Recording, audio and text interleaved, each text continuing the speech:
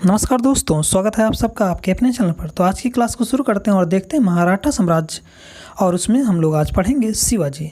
और इस वीडियो के अंत में 15 क्वेश्चन हैं जो आप लोग कमेंट बॉक्स पर लिख के बताइएगा। तो वीडियो को पूरा ज़रूर देखें। धन्यवाद। शिवाजी का प्रारंभिक जीवन। तो अगर बात करें शिवाजी के जन्म की, तो शिवाजी का जन्म 20 अप्रैल 1627 को हुआ था। यानी शिवाजी का जन्म कब हुआ था दोस्तों? 20 अप्रैल 1627 को।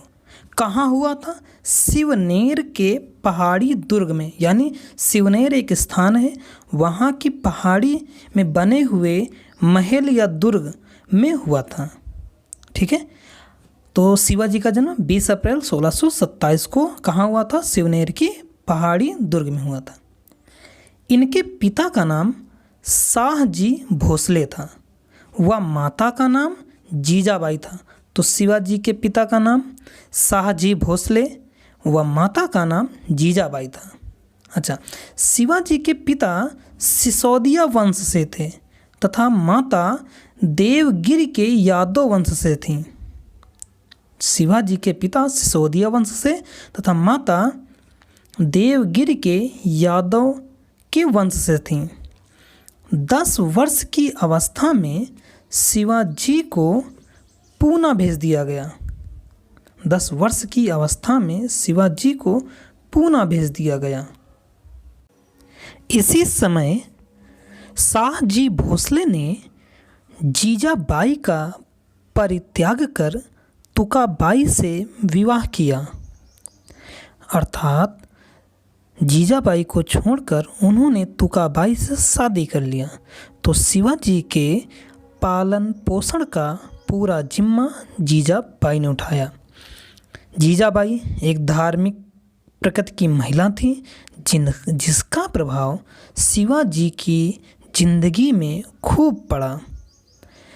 दादाजी कोंडदेव शिवाजी के संरक्षक थे, जो पूना सूपा जागीर की देखरेख में थे और शाहजी भोसले के मित्र थे। वे बड़े ही योग्य तथा दूरदर्शी व्यक्ति थे। शिवाजी को अस्त्र शस्त्र तथा घुड़सवारी की शिक्षा इन्होंने ही प्रदान की थी।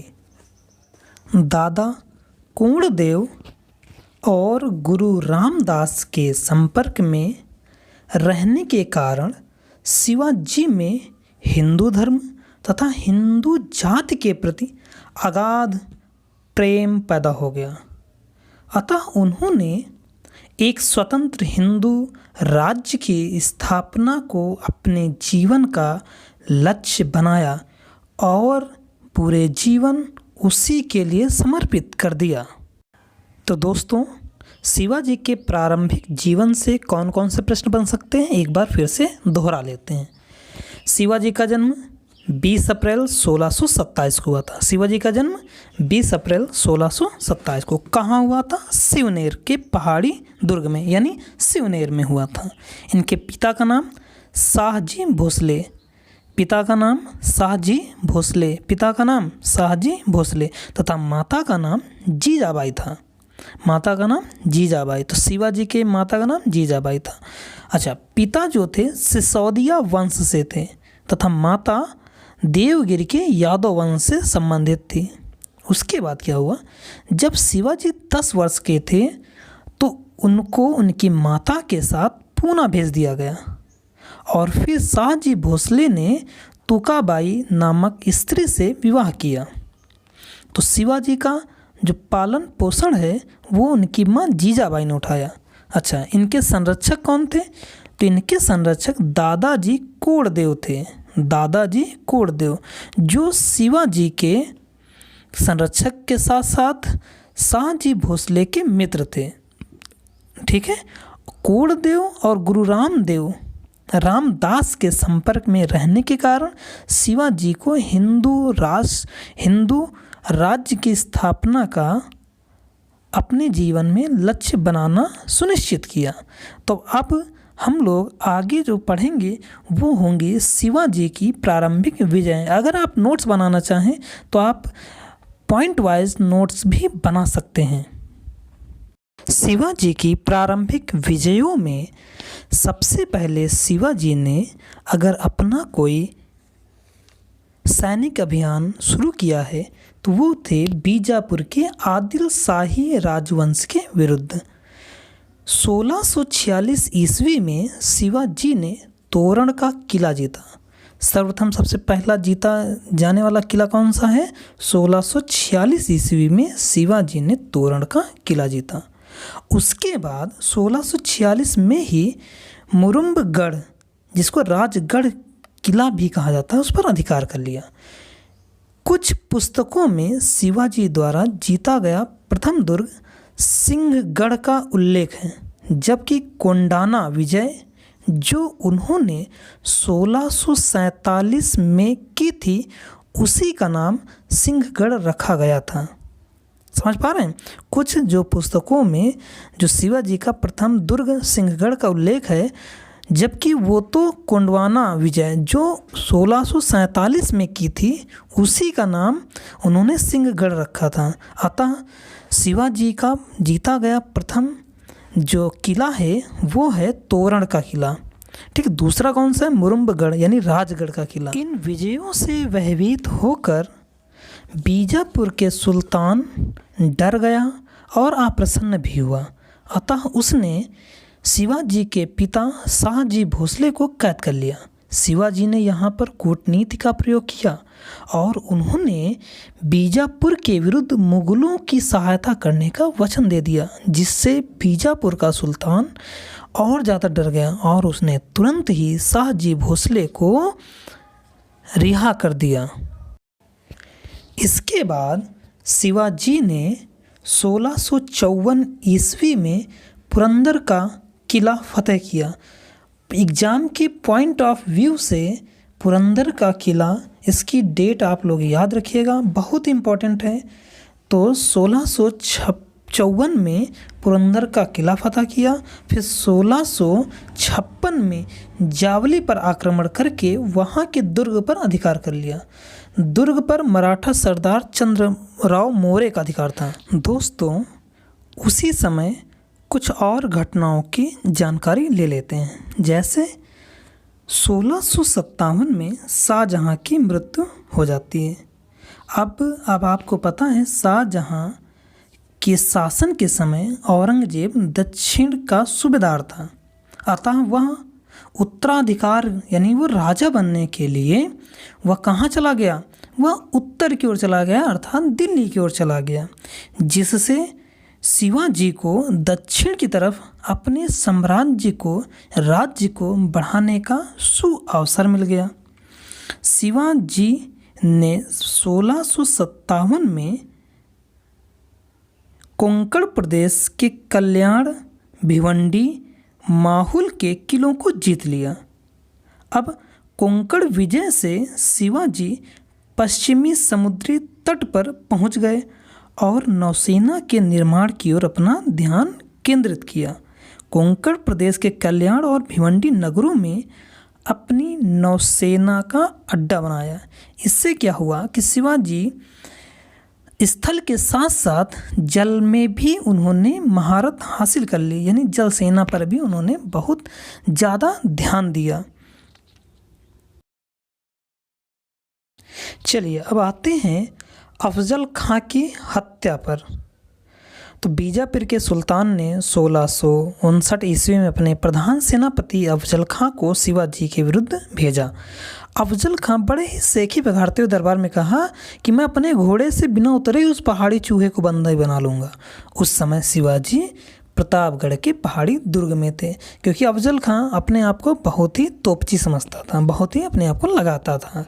तो उसने शिवाजी को पकड़ने के लिए उसने ऐसी बातें कही थी और उसने फजल खां जो था कृष्णाजी भास्कर नामक दूत के हाथ यह संधि प्रस्ताव भेजा कि मैं तुम्हें अपनी सरकार से अधिक सम्मान और सेना को सामग्री दिलवा दूंगा। यदि तुम दरबार में उपस्थित होगे तो तो तुम्हारा स्वागत होगा। यदि तुम वहाँ उपस्थित होना ना चाहोगे तो तुम मुक्त कर दिए जाओगे। यह उसने बोला। फलतः संधि की बातचीत के तहत शिवाजी प्रतापगढ़ दुर्ग से 1.6 किलोमीटर दक्षिण पार नामक ग्राम के पास 2 अंगरक्षकों जीव महल और शंभू जी कावजी के साथ अफजल खां से मिलने के लिए गए। उन्होंने मोरो पिंगले और नेताजी पालकर के नेतृत्व में अपनी एक छोटी सेना को पास की झाड़ी में छिपा दिया और स्वयं अपने अंगरक्षे के नीचे कवच धारण कर लिया तथा एक हाथ में बघनख पहन लिया। अफजल खां को विश्वासघात करने के लिए तत्पर था ही अपने 2 अंगरक्षकों के साथ आया। उसने एक ख्यात प्राप्त तलवारबाज सैयद बांधा था। निर्धारित स्थान पर दोनों एक दूसरे से मिले। कहा जाता है कि एक दूसरे के आलिंगन करते समय अफजल खां ने शिवाजी को दबाकर तलवार से मारना चाहा। शिवाजी, जो पहले से ही होशियार थे, तुरंत बखनक से अफजल खां का वध कर दिया। इस समय छिपे सैनिकों ने अफजल खां की सेना पर धावा बोल दिया। अफजल खां की सेना भाग खड़ी हुई और शिवाजी को बहुत बड़ी धनराशि तथा युद्ध सामग्री प्राप्त हुई। इस विजय के बाद शिवाजी ने एक सैनिक दरबार किया और योद्धाओं को बहुत सा इनाम दिया। अर्थात अफजल खां की हत्या इस प्रकार की गई। यानी अफजल खां अपने आप को जो तुर्रम खां लगा रहा था उसको शिवाजी ने अपने नीचे जो गए थे पहनकर और हाथ में बखनख यानी बाघ को वध करने वाला जो नाखून होते हैं उसकी तरीके से पहन गए। जब अफजल खां ने शिवाजी को गले से लगाया तो उनको दबोच के यानी अपने बाहों में दबा के मारने की कोशिश की। शिवाजी तुरंत ही उसके पेट में हमला कर देते हैं और इस प्रकार से उसकी मृत्यु हो जाती है। और इस खुशी में शिवाजी एक सैनिक दरबार का आयोजन भी करते हैं।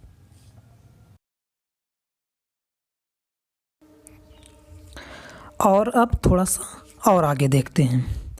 देखो, अब दिल्ली की सल्तनत पर औरंगजेब बैठ चुका था, लेकिन दक्षिण की तरफ उसका ध्यान अभी भी लगा हुआ था क्योंकि वह शिवाजी की बढ़ती हुई शक्ति से भयभीत था। तो उसने किया क्या कि 1659 में अपने मामा शाइस्ता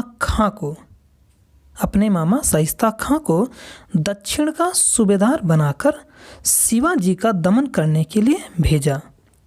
अच्छा, मामा शाइस्ता खां ने क्या किया कि बीजापुर के सुल्तान से गठबंधन कर लिया और फिर पूना, चाकन, कल्याण और यहाँ तक कि संपूर्ण उत्तरी कोंकण के दुर्गों पर अधिकार कर लिया। अब हुआ क्या कि वर्षा ऋतु आने पर शाइस्ता खां पूना में ठहर गया। शिवाजी ने दिमाग लगाया और कहा कि अब चलो कुछ नया करते हैं। उन्होंने 15 अप्रैल 1663 में की रात्रि को अपने 400 सैनिकों के साथ बारातियों के भेष में निकल गए और उस महल में प्रवेश कर गए जहां शाइस्ता खां निवास कर रहा था। एकाएक हमला से शाइस्ता खां घबरा गया और जल्दी ही खिड़की के रास्ते से भाग खड़ा हुआ। शिवाजी की तलवार के प्रहार से उसका एक अंगूठा कट गया और उसका पुत्र अब्दुल फतेह खां और अन्य मुगल सैनिक मौत के घाट उतार दिए गए। इस घटना से मुगलों की प्रतिष्ठा को बड़ा धक्का लगा।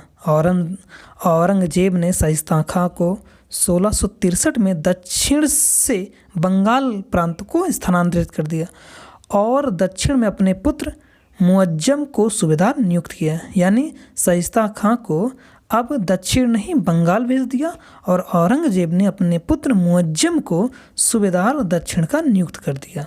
तो इस तरीके से शाइस्ता खां से भी शिवाजी बखूबी बच जाते हैं। अब अगला जो है वो सूरत की प्रथम लूट या सूरत के पर आक्रमण की बात करते हैं।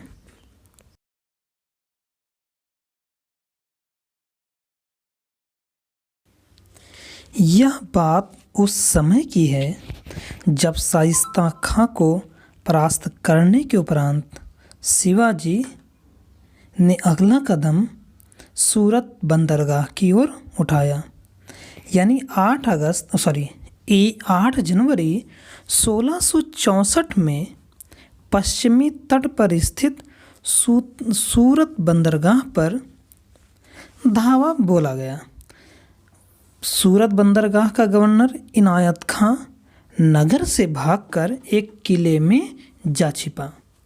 नगर के सेठ साहूकार सबको लूट लिया गया, किंतु एक बात महत्वपूर्ण थी कि शिवाजी ने अंग्रेजों एवं डचों की फैक्ट्रियों को कोई हानि नहीं पहुंचाई। इस समय अंग्रेज कोठी का अध्यक्ष सर जॉर्ज ऑक्साइडन था। इस लूट में शिवाजी को 1 करोड़ से अधिक रुपया मिला। एक अंग्रेज इतिहासकार तो ये भी कहता है कि शिवाजी ने सब चीज़ें छोड़कर केवल सोना चांदी हीरे मोती और वैसे ही मूल्यवान सामान ले गया। इस तरीके से 8 जनवरी 1664 में पश्चिमी तट पर स्थित सूरत बंदरगाह पर धावा बोला गया। दोस्तों, अगर अभी तक आपने मेरे चैनल को सब्सक्राइब नहीं किया है तो प्लीज़ चैनल को सब्सक्राइब कर लें, जिससे मैं और आपको GS, math, reasoning, science, history, geography के जो भी वीडियो मैं अपलोड करूं उसका तुरंत नोटिफिकेशन आपके पास आ जाए। इस चैप्टर को ख़त्म करने के बाद इससे जितने क्वेश्चन बनना होगा उसके भी हम क्वेश्चन आंसर ज़रूर सॉल्व कराएंगे। चलिए शुरू करते हैं, आगे देखते हैं। अब अगला है पुरंदर की संधि। किसकी? पुरंदर की संधि। ये संधि 22 जून 1665 ईस्वी को होती है। अच्छा, ये पुरंदर की संधि क्यों होती है, इसके लिए थोड़ा सा मैं आपको पीछे बता देता हूँ। जैसे आपको पता है कि शाइस्ता खां हार ही गया था, जो कि औरंगजेब का मामा था। उसके बाद सूरत की लूटपाट भी हो गई थी। इससे क्या हुआ, औरंगजेब बहुत ही क्रुद्ध हुआ, यानी नाराज़ हुआ, गुस्सा हुआ। तो उसने क्या किया कि शिवाजी का दमन करने के लिए आमेर के राजा, किसके? आमेर के राजा मिर्जा राजा जयसिंह को भेजा। उन्होंने पुरंदर का घेरा डाल दिया तथा मुगल सेना ने मराठों के ग्राम खेत को उजाड़ दिया। भयंकर गोलाबारी और वज्रगढ़ के मराठा सेनापति मुरार बीजा प्रभु, अगर आप नोट्स बना रहे हैं तो इस शब्द को लिख लीजिए कि वज्रगढ़ के मराठा सेनापति मुरार बीजा प्रभु अपने 600 आदमियों के साथ वीरगति को प्राप्त हो गए। फलतः शिवाजी को जयसिंह के सम्मुख आत्मसमर्पण करना पड़ा। बातचीत के फलस्वरूप दोनों के बीच फिर वही 22 जून 1665 ईस्वी को पुरंदर की संधि हो गई। अच्छा, इस संधि की शर्तें क्या थी?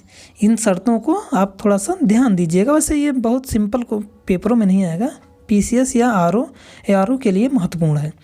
शिवाजी ने 23 किले मुगलों को दे दिए और सिर्फ 12 किले अपने पास रखे। दूसरा इसकी शर्त थी, शिवाजी के पुत्र संभाजी को मुगल दरबार में 5000 का मनसब दिया जाएगा। तीसरी संधि थी, शिवाजी ने बीजापुर के सुल्तान के विरुद्ध मुगल सम्राट को सहायता देने का वचन दिया। अब ये तो संधियाँ हो गई। राजा जयसिंह और उनके पुत्र राम सिंह ने शिवाजी से मुगल दरबार में चलने का अनुरोध किया और उनकी सुरक्षा का भार अपने ऊपर ले लिया। यानी अब जय सिंह और उनके पुत्र राम सिंह ने कहा कि शिवाजी आप चलिए मुगल दरबार, मैं आपके सुरक्षा का प्रबंध करूंगा, मैं देखूंगा अगर आपको कुछ होता है तो मैं हूँ। राजा जय सिंह के अनुरोध के अनुसार शिवाजी 12 मई 1666 को अपने पुत्र संभाजी के साथ मुगल दरबार में उपस्थित हुए, लेकिन वहाँ उनका आदर न हुआ और उनको पंच हजारी मनसब की श्रेणी में खड़ा कर दिया गया। इससे शिवाजी दुखी और असंतुष्ट और प्रतिक्रिया के लिए उद्दंड हुए, मतलब गुस्सा हो गए। उन्होंने भरे दरबार में जयसिंह को बहुत भला बुरा कहा कि बदतमीज, ठीक है। फलतः शिवाजी और उनके पुत्र संभाजी को राम सिंह के निवास स्थान जयपुर महल आगरा में बंदी बना लिया गया। अब औरंगजेब ने शिवाजी को किसी बहाने मरवा डालने का निश्चय किया। शिवाजी ने कैद से मुक्ति पाने के लिए बीमारी का बहाना बना लिया और स्वस्थ होने के लिए प्रतिदिन टोकरों में मिठाई भरवा कर और अपने हाथ से छूकर गरीबों में बंटवाने का कार्य प्रारंभ कराया।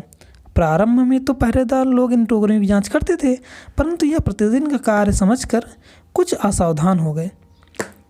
हीरो जी फरजद जो शिवाजी का हमशक्ल सौतेला भाई था, शिवाजी ने अपने बिस्तर पर लिटाकर 18 अगस्त को अपने पुत्र संभाजी के साथ अलग अलग टोकरियों में बैठकर बाहर आ गए। पहले वो मथुरा गए, वहाँ से साधु का वेश धारण कर प्रयाग, काशी, गोंडवाना और गोलकुंडा होते हुए 12 सितंबर 1666 को रायगढ़ पहुँच गए। इस प्रकार शिवाजी की आगरा यात्रा निरर्थक सिद्ध हुई, परंतु उन्होंने एक रोमांचकारी अनुभव भी प्राप्त किया। 1668 ईस्वी में दक्षिण के मुगल सूबेदार युवराज मुअज्जम से शिवाजी की गजब संधि हो गई। संधि के प्रस्ताव को मानकर औरंगजेब ने शिवाजी को राजा की उपाधि प्रदान कर दी। बीजापुर तथा गोलकुंडा से चौथ वसूलने का अधिकार और संभाजी को बरार में एक मनसब और जागीर प्रदान किया गया। ठीक है। इसके बाद शिवाजी और मुगलों के बीच हुई संधि अधिक समय तक न चल सकी। 1670 में पुनः शिवाजी तथा मुगलों का संघर्ष प्रारंभ हो गया। 1670 ईस्वी में उन्होंने कोंकण के मुगल फौजदार से कई दुर्ग छीन लिए जो संधि के द्वारा मुगलों को मिले थे। शिवाजी का कहना था कि मुगल सम्राट ने उनका अपमान करके तथा उन्हें बंदी बनाकर संधि की शर्तों को तोड़ दिया है तथा अब वे पुरंदर की संधि को मानने को बाध्य नहीं है। औरंगजेब मराठों से युद्ध मोल लेना नहीं चाहता था, इसलिए वह चुप ही रहा। मराठों ने इस स्थिति का लाभ उठाकर अपना राज्य बढ़ाना प्रारंभ कर दिया। धीरे धीरे पुरंदर तथा सिंहगढ़ के अतिरिक्त अन्य सभी दुर्गों पर उनका अधिकार हो गया। उन्होंने दक्षिण के मुगल प्रांतों से चौथ तथा सरदेशमुखी नामक कर वसूल करना प्रारंभ कर दिया। शिवाजी ने सिंहगढ़ लेने का प्रयास किया तथा तानाजी के नेतृत्व में अर्धरात्रि के समय सिंहगढ़ पर आक्रमण किया। तानाजी ने अपने प्राणों का बलिदान देकर सिंहगढ़ पर मराठों का अधिकार स्थापित किया। 8 मार्च 1670 ईस्वी को नीलोपंत मजूमदार के नेतृत्व में मराठों ने पुरंदर के दुर्ग पर अधिकार कर लिया। 13 अक्टूबर 1670 ईस्वी में शिवाजी ने सूरत को दूसरी बार लूटा। इस बार 66 लाख रुपए का माल उन्हें लूट में प्राप्त हुआ। सूरत से लौटते वक्त मार्ग में शिवाजी ने मुगल सेना को, जो दाऊद खां और इखलास खां के नेतृत्व में थी, बुरी तरह पराजित किया। इस युद्ध का स्थल कंचन मंचन का दर्रा तथा इस युद्ध का नाम वाणी डिंडोरी का युद्ध भी कहा जाता है। 1671 ईस्वी में सलहेर पर भी उनका आधिपत्य स्थापित हो गया। मुगल सेनाओं ने मराठों का विनाश करने का अथक प्रयास किया, परंतु वे सर्वथा निष्फल रहे। 1672 ईस्वी में सूरत पर शिवाजी ने तीसरी बार छापा मारा और उसे लूटकर अपार धन प्राप्त किया। 1773 ईस्वी में उन्होंने पन्हाला के दुर्ग पर अधिकार कर लिया तथा एक जल सेना के द्वारा वेदनूर के नरेश को अपनी अधीनता स्वीकार करने के लिए बाध्य किया। बीजापुर तथा गोलकुंडा के राज्यों ने उन्हें वार्षिक कर देना प्रारंभ कर दिया, जिससे वे उनकी प्रजा को न लूटें। इस प्रकार 4 वर्ष की अल्प अवधि में, यानी 4 वर्ष का मतलब 1670 से 1674 ईस्वी तक, शिवाजी ने अपनी खोई हुई शक्ति को पुनः प्राप्त करके अपने लिए एक विशाल साम्राज्य अर्जित कर लिया। शिवाजी का राज्याभिषेक।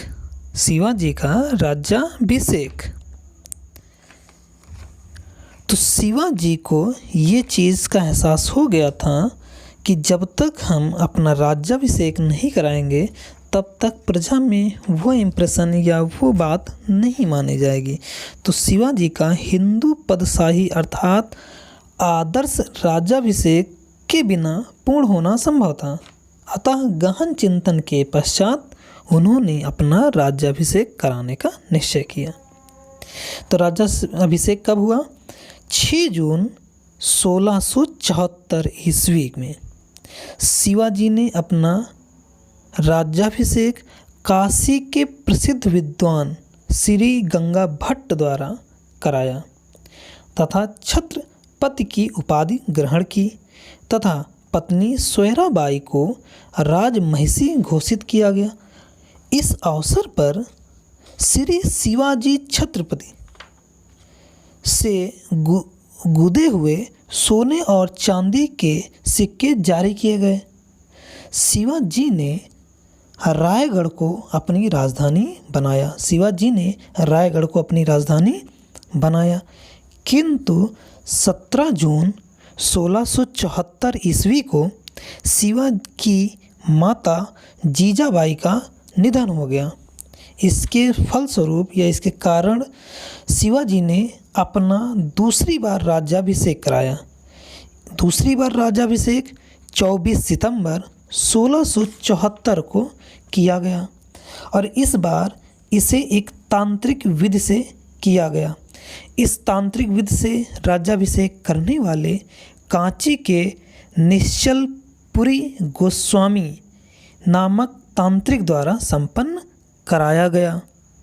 चलिए, तो राज्याभिषेक हो गया। अब थोड़ा सा राज्याभिषेक यानी उनके जब उन्होंने विधिवत तंत्र से और राज्याभिषेक कर लिया तो उसके बाद भी बहुत सारी विजय उन्होंने प्राप्त की। जैसे अगर हम बात करें कि शिवाजी ने मुगल सेनापति बहादुर खां के शिविर पर आक्रमण किया, जहां से उनको 9 करोड़ रुपए के अतिरिक्त 200 उच्च कोटि के घोड़े भी प्राप्त हुए। यानी बहादुर खां के शिविर पर जब आक्रमण किया तो पहले तो वहाँ से 9 करोड़ रुपए प्राप्त हुए और वहाँ से 200 बहुत ही उम्दा किस्म के घोड़े भी प्राप्त हुए। इसके बाद बीजापुर के कोली प्रदेश पर आक्रमण किया, फिर बगलाना और खानदेश पर भी आक्रमण किया। 1675 में कोल्हापुर पर आक्रमण करके बहुत सा धन प्राप्त किया।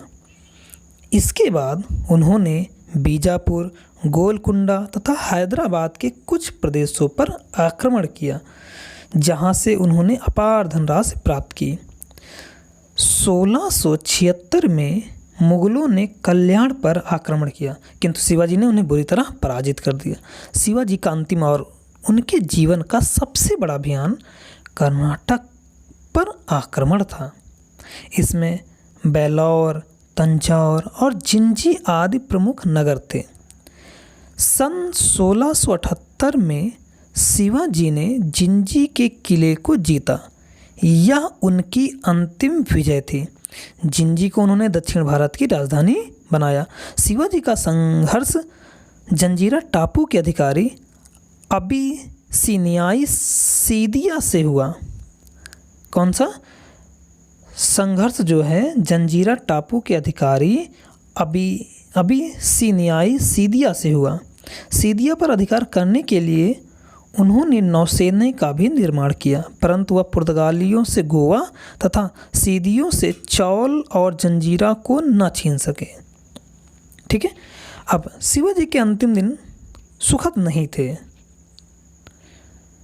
वे संभाजी के व्यवहार से अत्यधिक दुखी रहते थे। 1678 ईस्वी में संभाजी दक्कन के मुगल सूबेदार दिलेर खां से जाकर मिल गया। लगभग 1 वर्ष बाद ही मराठा राज्य में वापस लौटा। उसका दूसरा पुत्र राजाराम अल्पवयस्क था। ठीक है। 2 अप्रैल 1680 को शिवाजी ज्वर से पीड़ित हो गए और अंत में 13 अप्रैल 1680 को उनका देहावसान हो गया। तो दोस्तों 13 अप्रैल 1680 ये डेट जरूर याद रखिएगा। शिवाजी की मृत्यु कब हुई? 13 अप्रैल 1680 को। शिवाजी की कई पत्नियां थीं, जिनमें से पुतली बाई उनकी मृत्यु के बाद सती हो गई थीं। जिनमें से पुतली बाई क्या थी? मृत्यु के बाद सती हो गई थी। तो अगला जो हम लोग वीडियो बनाएंगे उसमें शिवाजी का प्रशासन देखेंगे, राजस्व का उनका कैसा प्रशासन का पूरा स्ट्रक्चर देखेंगे, कब उन्होंने कैसे उन चीज़ों को देखा। अब आगे हम लोग कम से कम 10 से 20 क्वेश्चंस मैं आपको देने जा रहा हूं, जो आप कमेंट बॉक्स में उनके आंसर बताओगे। और अगर आपने इस वीडियो को पूरा सुना होगा तो आपको इन 10 से 15 क्वेश्चनों के आंसर आपको इसी वीडियो में मिल जाएंगे। तो जिनका आंसर आप कमेंट बॉक्स में विधिवत लिख के बता दीजिए, जिससे आपको भी इस पूरे आधे घंटे के लेक्चर का बहुत ही अच्छे से सार मिल जाएगा और आपके एग्ज़ाम के पॉइंट ऑफ व्यू से जितने भी क्वेश्चन आने होंगे वे सब के सब मिल जाएंगे। तो अब क्वेश्चंस को देखते हैं। तो नेक्स्ट पार्ट शिवाजी का प्रशासन होगा और उसके बारे में हम लोग अच्छे से देखेंगे। तो देखिए, अगर आप अभी तक आपने हमारे चैनल को सब्सक्राइब नहीं किया है तो प्लीज़ चैनल को सब्सक्राइब कर लीजिए और बेल आइकन को प्रेस ज़रूर कर दें। तो क्वेश्चन देखते हैं। पहला क्वेश्चन है, शिवाजी ने सर्वप्रथम किस किले को जीता था? आपको इसको बताना है कि कौन सा किला था और किस सन में था। दूसरा क्वेश्चन है, शिवाजी ने जावली की विजय कब की थी? यानी आपको इसकी डेट बतानी है कि शिवाजी ने जावली की विजय कब की थी। तीसरा क्वेश्चन है, शिवाजी की अंतिम विजय कौन सी थी? यानी आपको बताना है शिवाजी की अंतिम विजय कौन सी थी और उसका सन भी आपको बताना है। अगला क्वेश्चन, चौथा क्वेश्चन है, शिवाजी ने सूरत को कितनी बार लूटा? शिवाजी ने सूरत को कितनी बार लूटा? और लास्ट अभी जो अगला क्वेश्चन है वो है, शिवाजी ने किसे अपनी राजधानी बनाया? अगर आपने वीडियो को देखा है तो आप इन क्वेश्चनों के बहुत ही जल्दी से आंसर लिख लेंगे। अदर क्वेश्चन, नेक्स्ट क्वेश्चन देखते हैं। बीजापुर के सुल्तान ने किस सेनानायक को शिवाजी को दबाने के लिए भेजा था? अगला क्वेश्चन है, शिवाजी का राज्यारोहण कब हुआ था? अगला क्वेश्चन है, पुरंदर की संधि कब और किसके मध्य हुई थी? अगला क्वेश्चन है, किस मुगल सूबेदार ने शिवाजी को पराजित किया था? अगला क्वेश्चन है, मुगलों की कैद से भागने से पूर्व शिवाजी किस नगर में कैद थे? शिवाजी की माता का नाम? शिवा की माता किस वंश से थी? शिवाजी के पिता कौन थे? शिवाजी के संरक्षक का नाम बताएं। मराठा शासकों में किसे गो ब्राह्मण प्रतिपालक कहा गया है। तो अगर आपको ये वीडियो अच्छा लगा है तो प्लीज़ वीडियो को लाइक सब्सक्राइब जरूर कर दें।